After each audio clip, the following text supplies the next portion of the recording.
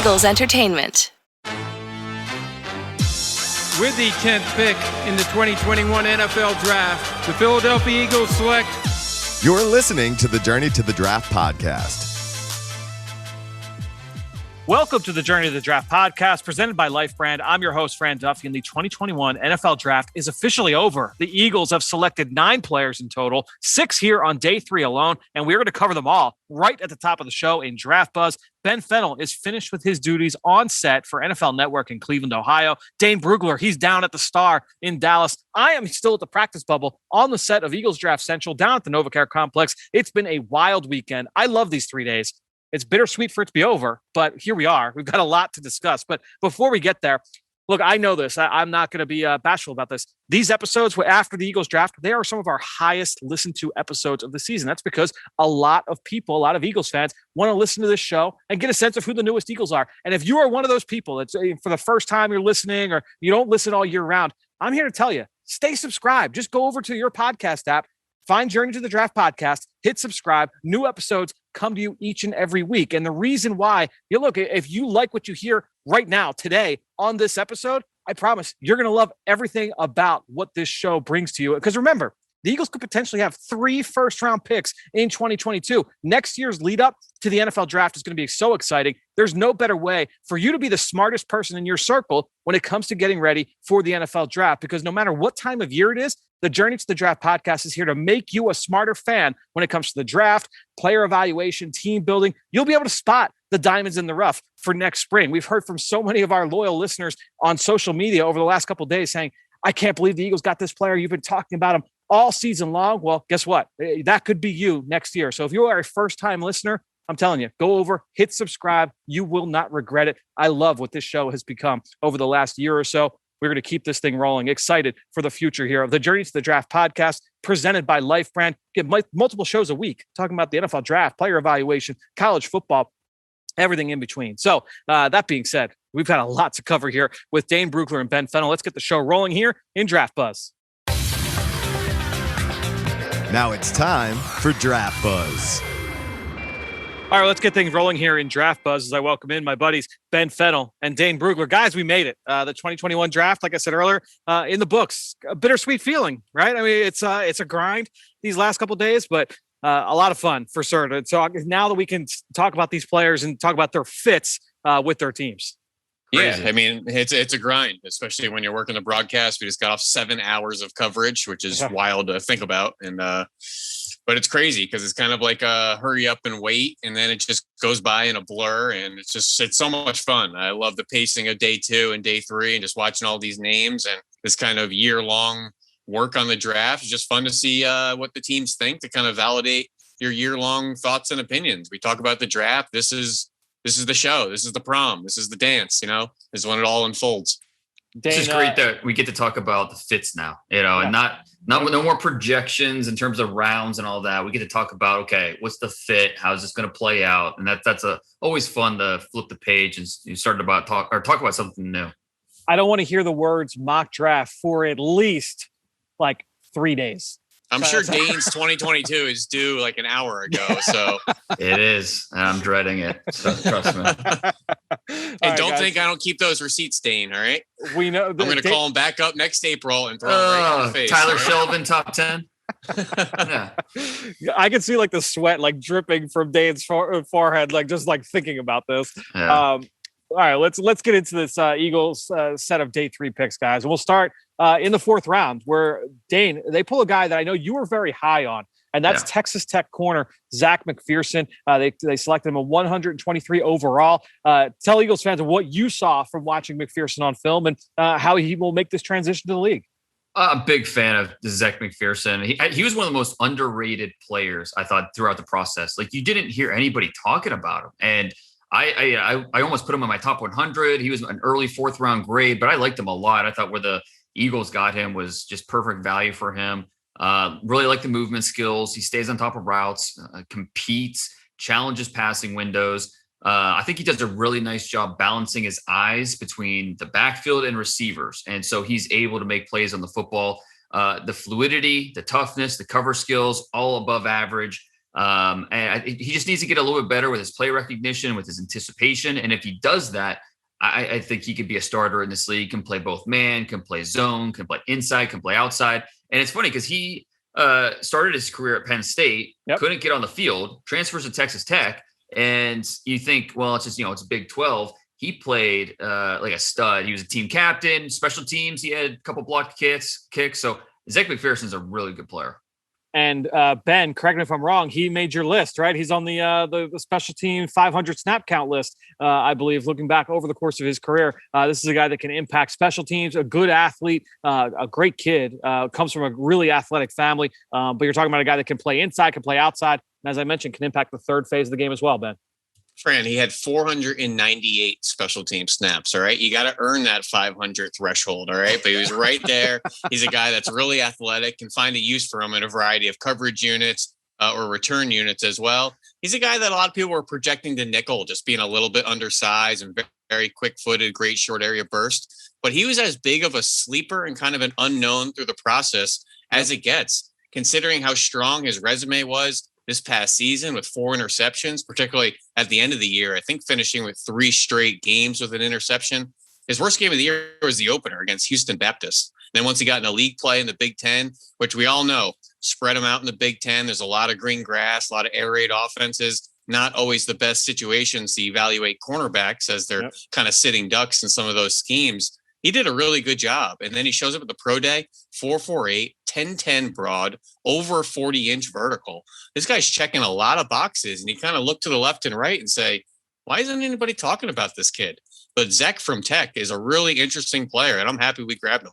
Yeah, to me, like, you kind of look at it just from a profile standpoint. All right, it's a corner from Texas Tech. Like, why should I be excited about this kid? He got the combine invite, and I was like, I'll wait to watch him. And then he tests well at the pro day, and I'm like, all right, well, I got to make sure I watch him soon. And then when Dane puts his beast out a few weeks ago, I was like, oh, like Dane had him in, like, I believe in your top 15, right, Dane? So I look and I'm like, all right, I got to watch him like tomorrow. And I really liked what I saw. All the reasons you guys brought up, a really intriguing talent. Speaking of which, we can now make the transition out to the 5th round, where the Eagles selected at 150 overall. They come away with Memphis running back Kenny Gainwell. And this is a player that I know all 3 of us are really, really excited about. Ben, we'll come to you first. You got a chance to see Gainwell up close last season in 2019. So 2 seasons ago, I should say. You got to see him in person. I saw him in person as well that year. Your thoughts on the selection of Kenny Gainwell? Oh, I love that addition. Just before we put, Zach McPherson to bed, my one negative on his sheet is too aggressive at times. Which is great. If that's the one kind of negative you're harping on, I can work with that. He's a little grabby, too many penalties. I'd rather dial back the aggressive guy than trying to fire up the timid guy. So he's a guy that does not back down. He's feisty. Kenneth Gainwell, we've been talking about this guy for seemingly 2 years. I had a chance to see him in person at the end of 2019 in that American Conference Championship game against Cincinnati. He slid right into that Tony Pollard role where he's half slot receiver, half running back, and showed a lot of wide receiver skills. You could find him running 7 routes down the seam, back shoulders, stacking cornerbacks, making adjustments on the ball. Not to mention, he's a pretty good running back. Yeah. Very shifty, kind of good inside, outside, a speed to get to the perimeter, can embarrass defenders caught flat-footed, whether in the screen game or some really clever little shovel passes and things like that. He is as loose and creative a runner as there is in this class, in the entire class. He has a number of ways to kind of make defenders miss with contact balance. And another one of these intriguing players that was a dual threat high school quarterback, a guy that's just used to having the ball in his hands. And whether it's, Kadarius Toney or those types, it just seems like those high school quarterback athletic types are all over college football. You just have to find a use for them, find ways to get them involved in the offense. Mike Norvell is as good as it gets in college football in accentuating those dual threat players, whether it goes back to Florida State days of DJ Foster, Antonio Gibson, Tony Pollard, and Kenneth Gainwell. I know Norvell's out at Florida State right now, but what he did with Gainwell in previous years, really interesting player from Yazoo County, Mississippi, just like Fletcher Cox and Hall of Famer Willie Brown. Really interesting player. I'm glad we grabbed him. Dane, the question I've got for you, I mean, Ben went through so many of the highlights there with Kenneth Gainwell. how does he fall to the 150th pick in the draft? There were a handful of backs that went ahead of him. In your opinion, like, what is it that possibly could have made him fall? Because he checks so many boxes. Is it just is it the size? Was it the lack of sample size? Like, in your mind, what was it? I would have to imagine it's part size and just, understanding what's his ideal role going to be. And, because he always shared carries in college. He was a high school quarterback, and he made the transition pretty well to running back, but only 1 year of film. I wish I had a better answer for you, because I don't know. I mean, this guy was a top 75 pick, in my opinion. Yep. It's hard to find a lot better players in this draft to justify why he fell to the 5th round.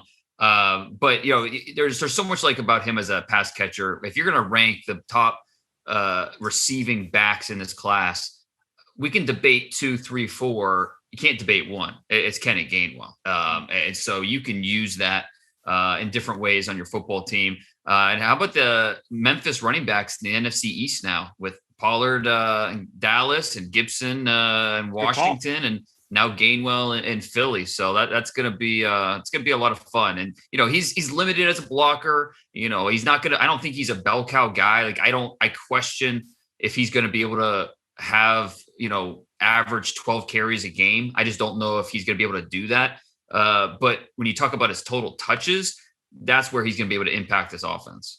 And this is a player that, when you look at his overall skill set, we talk about the value as a pass catcher. I think of the Eagles offense, and you think of Nick Sirianni. Okay, where does he come from? Indianapolis. Look at how they've used Nyheim Hines. Then you look at Shane Steichen, the offensive coordinator. Where was he most recently? With the Chargers, with Austin Eckler. They're going to find ways to get this guy the football in the passing game. You could say the same thing about Miles Sanders as well, but really, really excited for what Kenny Gainwell will look like in this offense, Ben.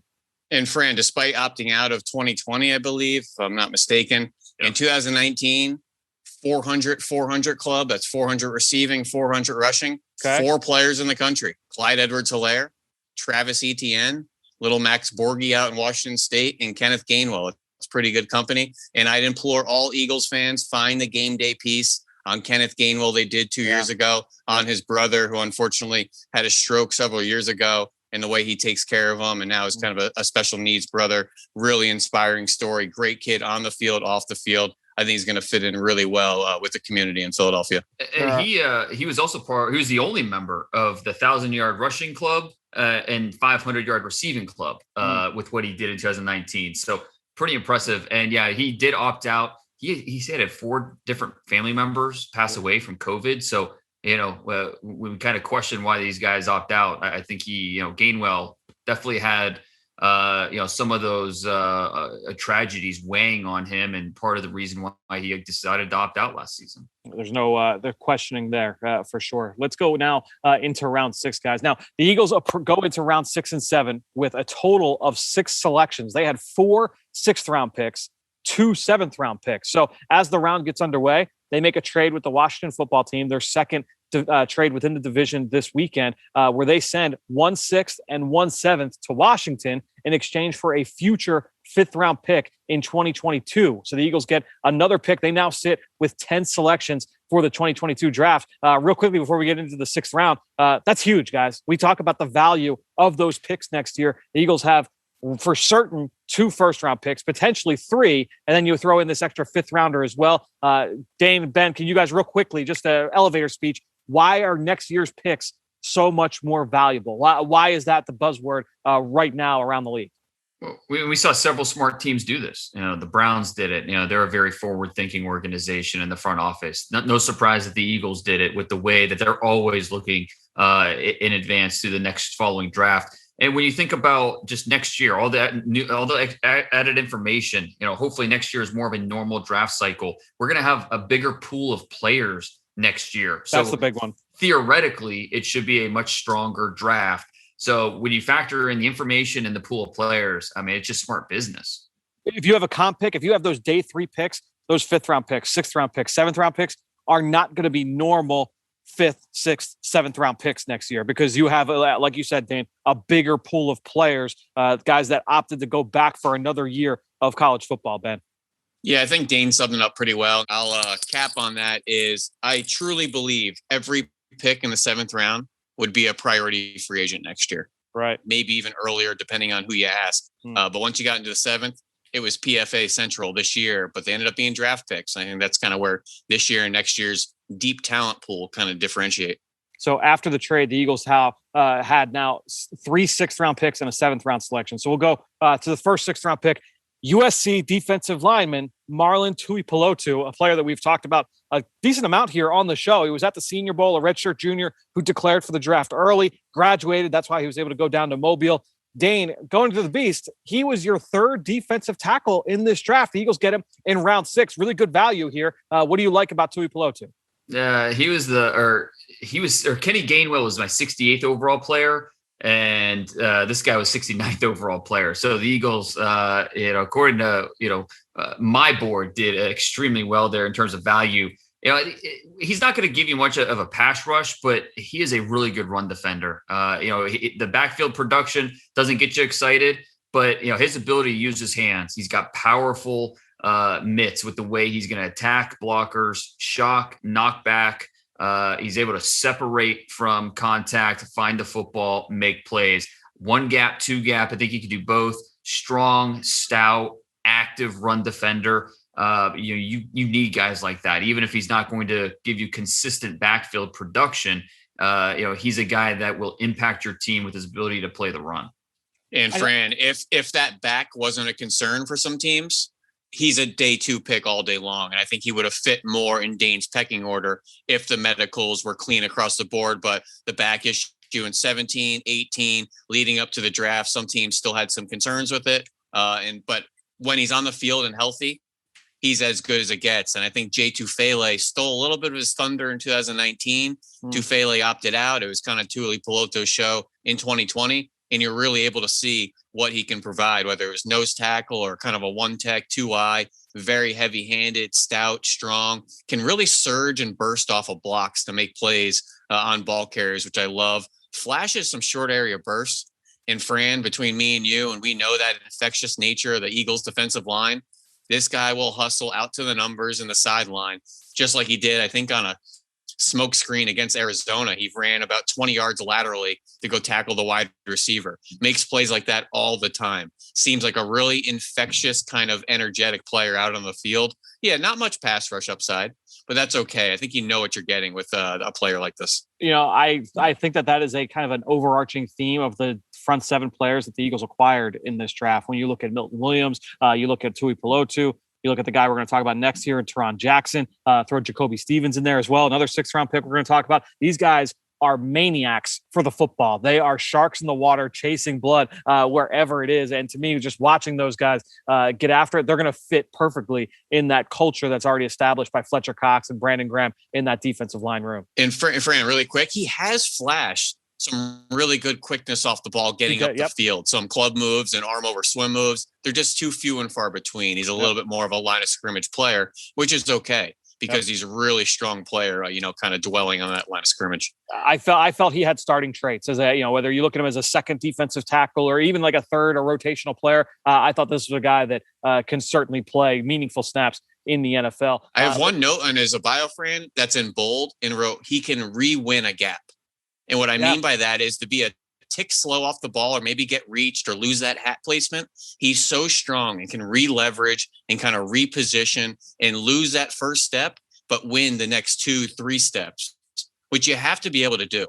The NFL offensive linemen are ridiculous. They are so quick, so athletic. Sometimes you're a tick late off the ball. That's not an excuse to have a poor play. You got to be able to recover. And I think he can do that with his strength. Let's go now to the Eagles' next 6th-round pick, and that's Teuron Jackson from Coastal Carolina, a first-team All-American. This guy wins with power. He's, first of all, an A++ kid. You may remember, longtime listeners or the consistent listeners may remember I had his head coach, Jamie Chadwell, on before the Senior Bowl and asked him about Teuron. And you couldn't say enough good things about what Teuron Jackson brings. And when you talk to other members of that staff, which I have this offseason, they just glow about him. And this is a guy that does everything right. He's a power leverage player, wins with effort, wins with technique, finished with just under 25 sacks in his career. Dane, just a fun player. You're talking about middle of the 6th round. This is a really solid football player to be able to add to the rotation. I think the production alone gets you excited. 44 and a half tackles for loss over his career, 26 and a half sacks, 6 forced fumbles. And I thought watching him over the summer, I saw a solid player, but he was really inconsistent. But I thought as a senior, he turned a lot of those flashes into consistency. And he was a consensus All-American as a senior. Another guy who really heavy-handed. He'll soften the edge with his ability to beat up blockers. He plays gap sound at the point of attack. He's a spark plug because he does have some quickness. He does have pop in his hands. The way they used him, they would line him up inside and outside in their 3-man front. So he's a guy that I think projects best as a base end who can reduce inside and give you some production from different alignments on the defensive line. And he did that a little bit down there. He played some zero and some nose and some sub packages. It was a lot of fun. 145 career QB pressures. That's the second most in college football the last 3 years combined. Consistently productive player, 3-year starter, 2,400 snaps played, over 300 special team snaps at 260 pounds. He's running down on punt coverage. The names I've written down: Melvin Ingram, Brandon Graham, Sam Acho. We're talking about a short frame type of defensive end, tree trunk legs, thick lower half, a guy that plays very heavy on contact.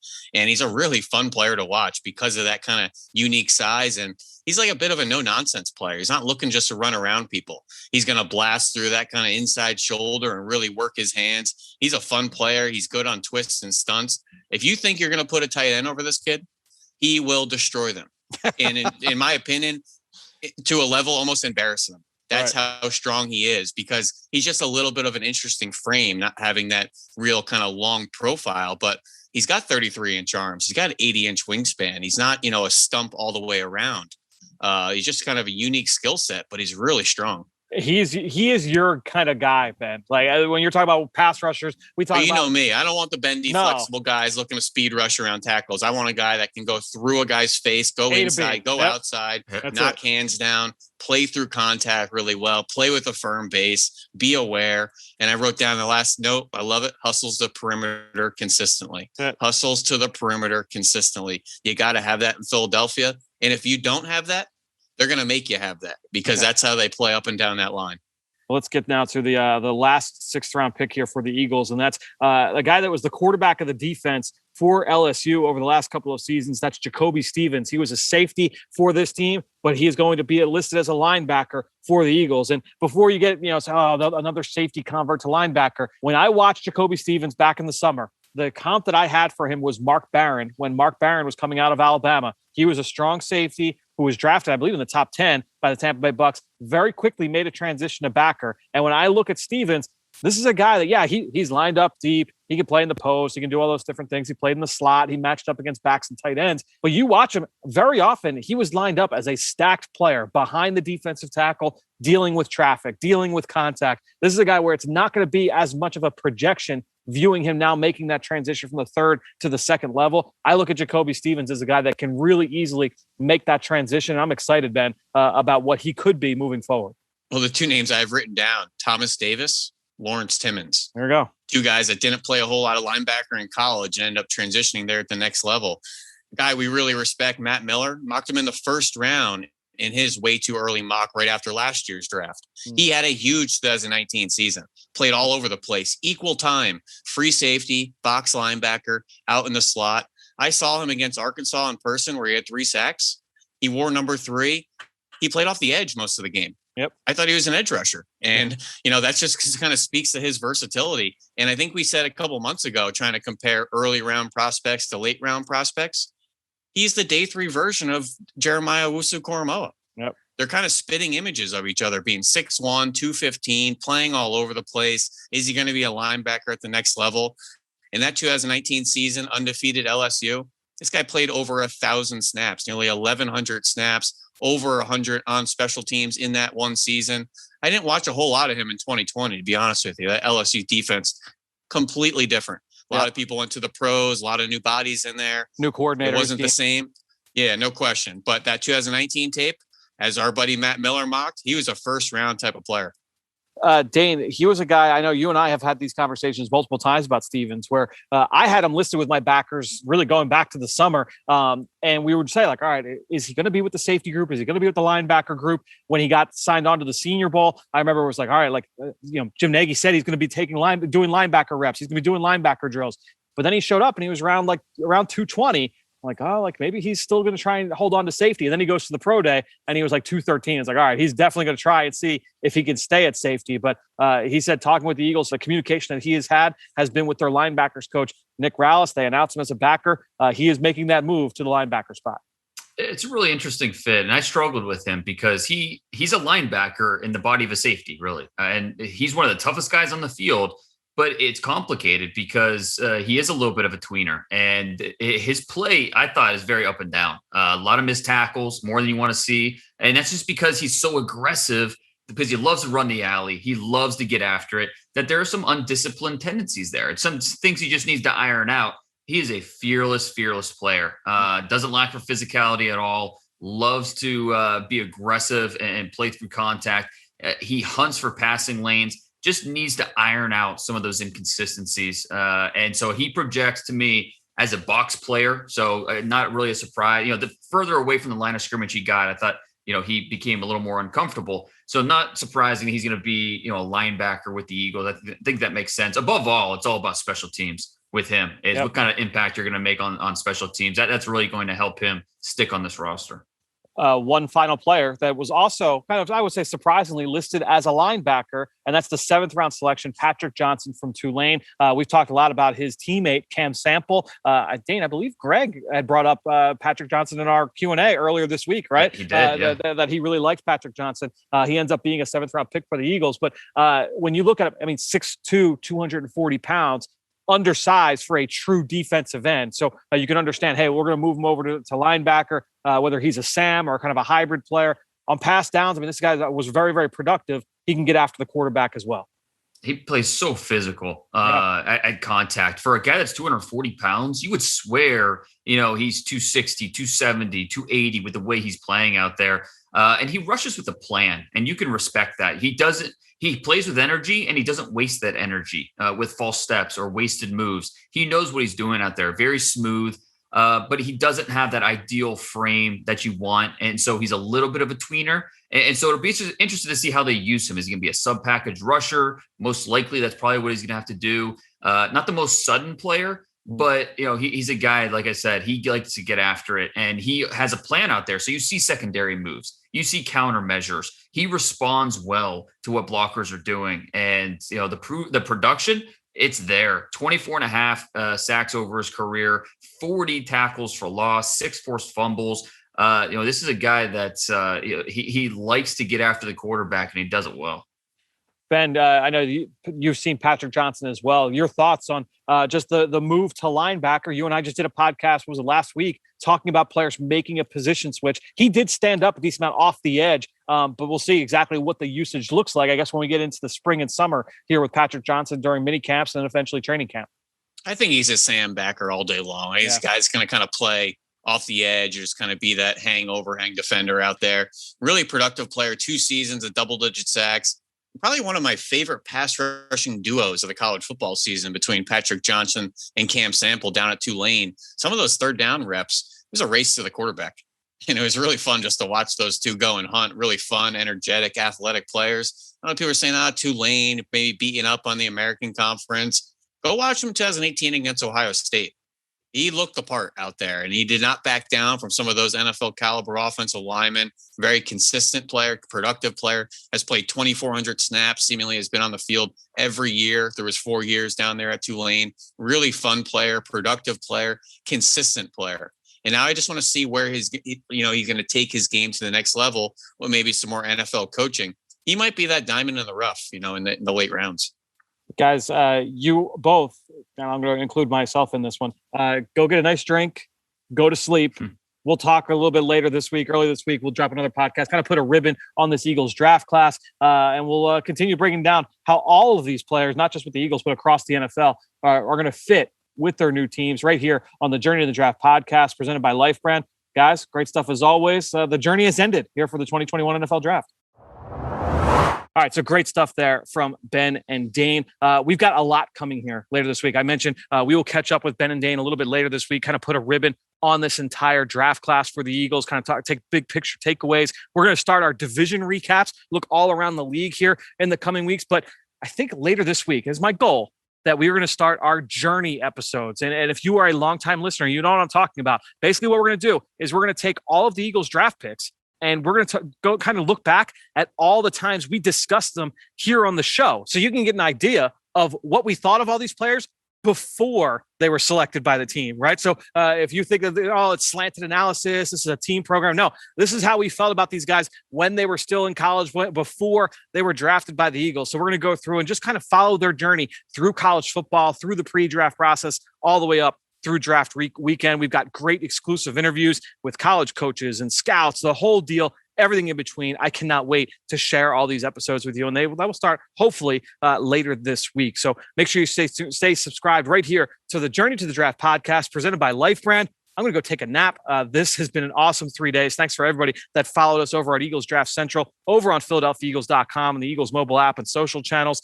But stay tuned for more right here on the Journey to the Draft podcast presented by Life Brand. In just over 3 years, Eagles Autism Foundation has raised millions of dollars for autism research and care. But this is about so much more than just fundraising. This is about making a transformational difference in the lives of those affected by autism. This is about bringing our community together. With inclusive, sensory-friendly events and accessible resources, we meet families where they need us most and where we can serve them best. Together, we're united in our mission to improve the lives of the autism community and to turn awareness into action. It's what we focus on every day in every way.